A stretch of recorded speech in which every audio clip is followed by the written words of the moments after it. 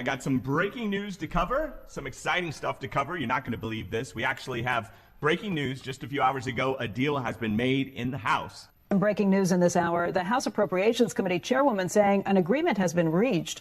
The House struck a deal with basically to strike down to avoid a government shutdown one day before the deadline. Congress obviously waited to the last minute. And here we go. We're 2 days away. There is a time frame they're going to go into. I'm going to play some video clips from this particular article so that you can see some of that and what's happened and what is actually kind of the breakdown of that. It's a really good video. This is huge. It's huge because this gives the ability for that defense bill to be passed, which means lots of money for defense contractors and Americans and jobs. And what is happening in one state that's passing $2,200. It passed. I'm going to talk about what happened with that $2,200 that was passed for people. This also, with this defense bill, going back to that, this being done frees up the calendar so that they can do the reconciliation and a stimulus bill. They can get it back on the calendar.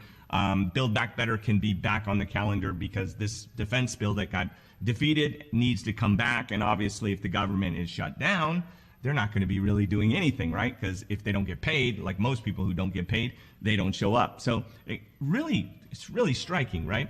Nobody is talking about also this new tax law that means that you could get $600 a year just for being, kind of kind. And there's no better time to start than during the holidays. We're going to cover that. Find out how you can get a $600 tax break or money to you.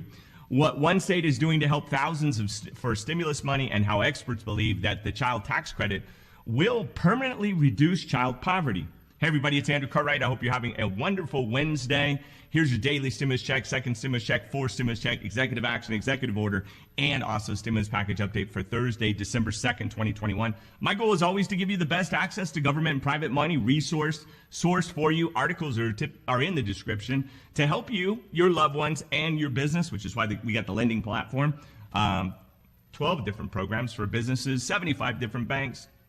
Loans, inexpensive, really low interest loans up to $5 million. You got to check it out. You can be pre-approved in as little as 15 minutes. So make sure you check it out. And also, this channel is dedicated to your personal finance, your real estate, stock market, crypto, other investments to help you generate income and save lots of money. But first, let's get into this deal that was just struck, right? Let's get into the nitty-gritty.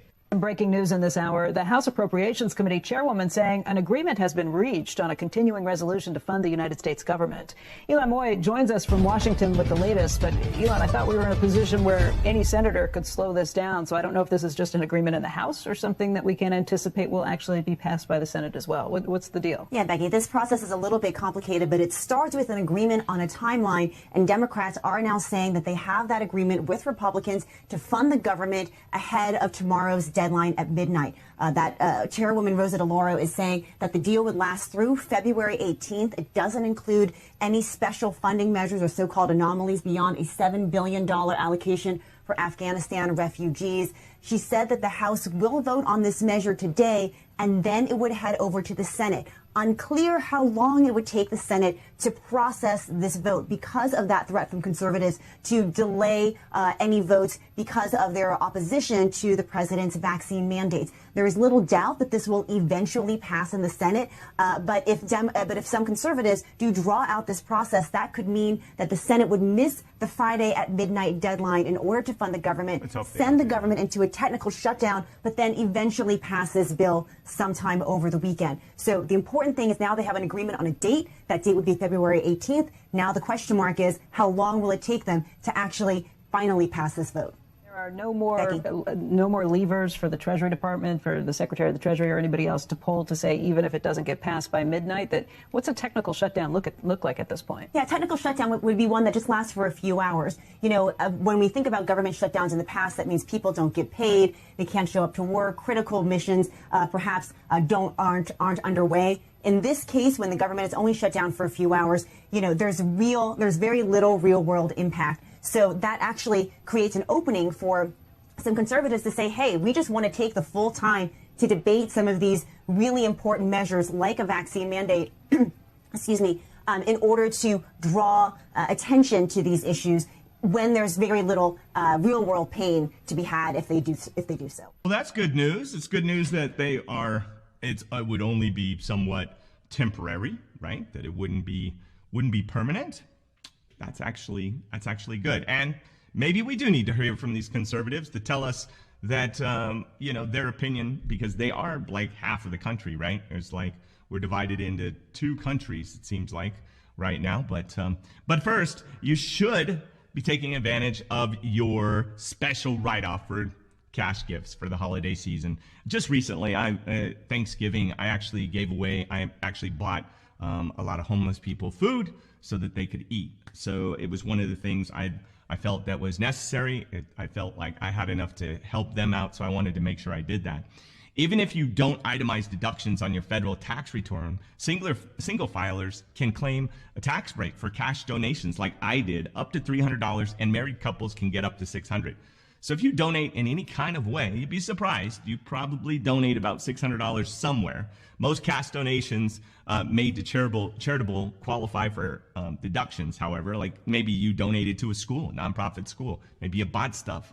It could be that you're not even aware where you're being charitable. I know one of the things I say when you donate, like say through your receipt at Starbucks or that sort of thing, I'm always amazed at the fact that you don't get a deduction for that. I don't see it anyway. However, there are some exceptions, like cash donations made to supporting organizations, which is basically a charity that carries out its exempt purposes by supporting other exempt organizations.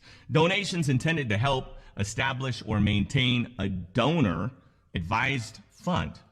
Donations carried forward from prior years, donations made from most private foundations, a technical jargon, right? Basically donations that have charitable purposes and also charitable remainder trusts. So you'd be surprised. You should ask are you nonprofit? Are you charitable? Could I write off what I'm giving to you? This also applies to taxpayers who itemize their deductions. Cash contributions include those made by check, credit card, debit card, as well as reimbursement, out-of-pocket expenses in connection with volunteer services to qualify for charitable organizations. Do you donate? I'd love to know in the comments. Have you donated? And also a big what's going on?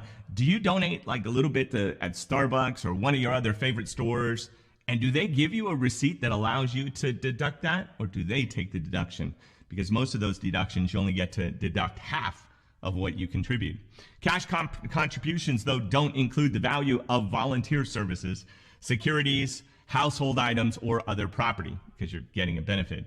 'Tis the season, though, for giving, and doing so, you could get some money back from the I, the R, and the S with the new law. It's worth thinking about and checking into. Meanwhile, carrying on to other news, in Hawaii, we're going to talk about this $2,200 check. Lawmakers originally sought to offer the $2,200 to teachers. However, this was vetoed by the governor, David Iggy, because lawmakers apparently didn't have the authority to instruct the Department of Education on what to utilize federal fund money for. So this means it went through the assembly, went through everyone else, it lands on the governor's desk. His job as an executive is to sign that bill. And no, he doesn't sign it. So $2,200 evaporates. But Iggy has looked to help Hawaii residents through payments, and his island's government will use federal funds to offset some everyday costs for Hawaiians, such as in education. So he's got a different way to spend it, the way that he probably wants to spend it, right? Governor Iggy has also sought to help restaurants, though, in their time of need. A recent Hawaiian Restaurant Association survey, of course, we know tourism's been hit hard there. Restaurant owners said that revenue dropped by more than half in September and October compared to the 2 months prior. Can you imagine that? Just half your revenue is gone. Now, a lot of restaurants work off of 4 or 8% margins. So half is pretty bad. They're no longer able to pay their bills. Also, 19% of restaurants surveyed said that they lost 30% of their employees in the same month. So you lose 3 out of 10 employees and half your revenue. That's tough. Restaurants continue to maintain they're in survival mode due to the reduced foot traffic, supply chain issues like being able to get stuff, and a major shortage such as the island state looks to lending a helping hand. Can you imagine you're on an island? Like, if we got problems, mainlanders, can you imagine being in Hawaii?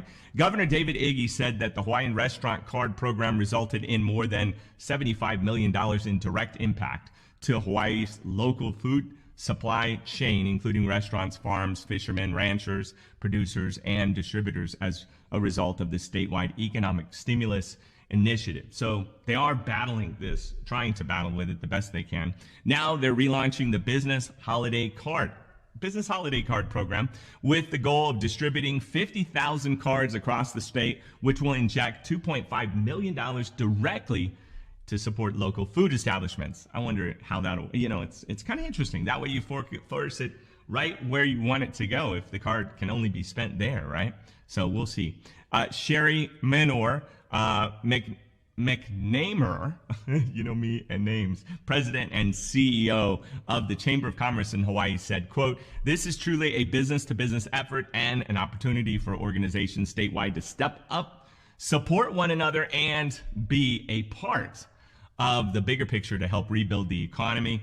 We're glad to see that. This could be the lifeline that restaurants and food industries really need, to give them through the challenge, getting all the way through the challenging holiday season, which I can't even imagine what it's like. So that's great news out in Hawaii. Maybe not the news that teachers wanted, but they're redistributing it to restaurants, and ultimately 50,000 cards. This is going to be food for people.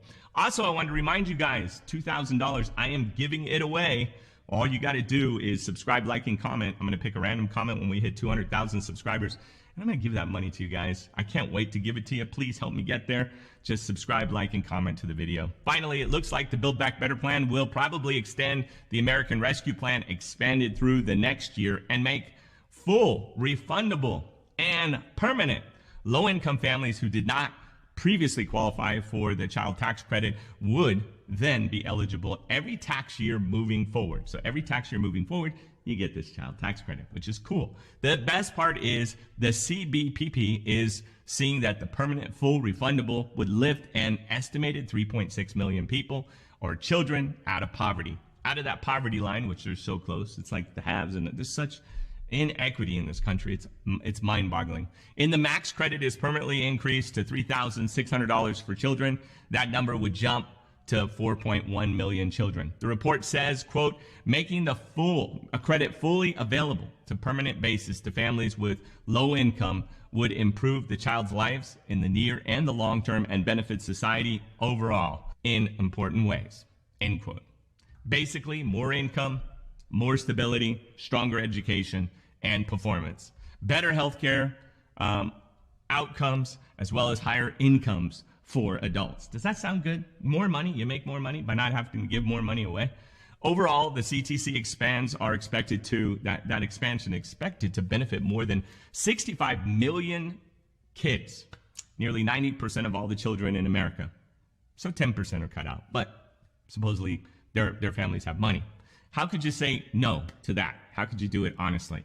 It's clear that these benefits are helping people, and who better to help than the future generations? I happen to agree. I'm Andrew Cartwright. I hope you found this enjoyable with some breaking news, with a deal cut so that we can get all these stimulus back on the calendar. Maybe that defense bill will be able to get back in the mix. We're seeing the stock market rebound with this Omicron. At least it looks like we are back in good graces. All the markets are up today, which is fabulous. So we're seeing kind of a turn, and we're heading into the holidays, and hopefully you're doing well and things are doing well. Obviously, the government is moving forward, which is awesome. That's your stimulus check, second stimulus check, fourth stimulus check, and for Thursday, your update, December 2nd, 2021. Thank you so much for tuning in and for sticking around. Please comment in the comments what your favorite kind of sandwich is. I like paninis. I like turkey and cheese.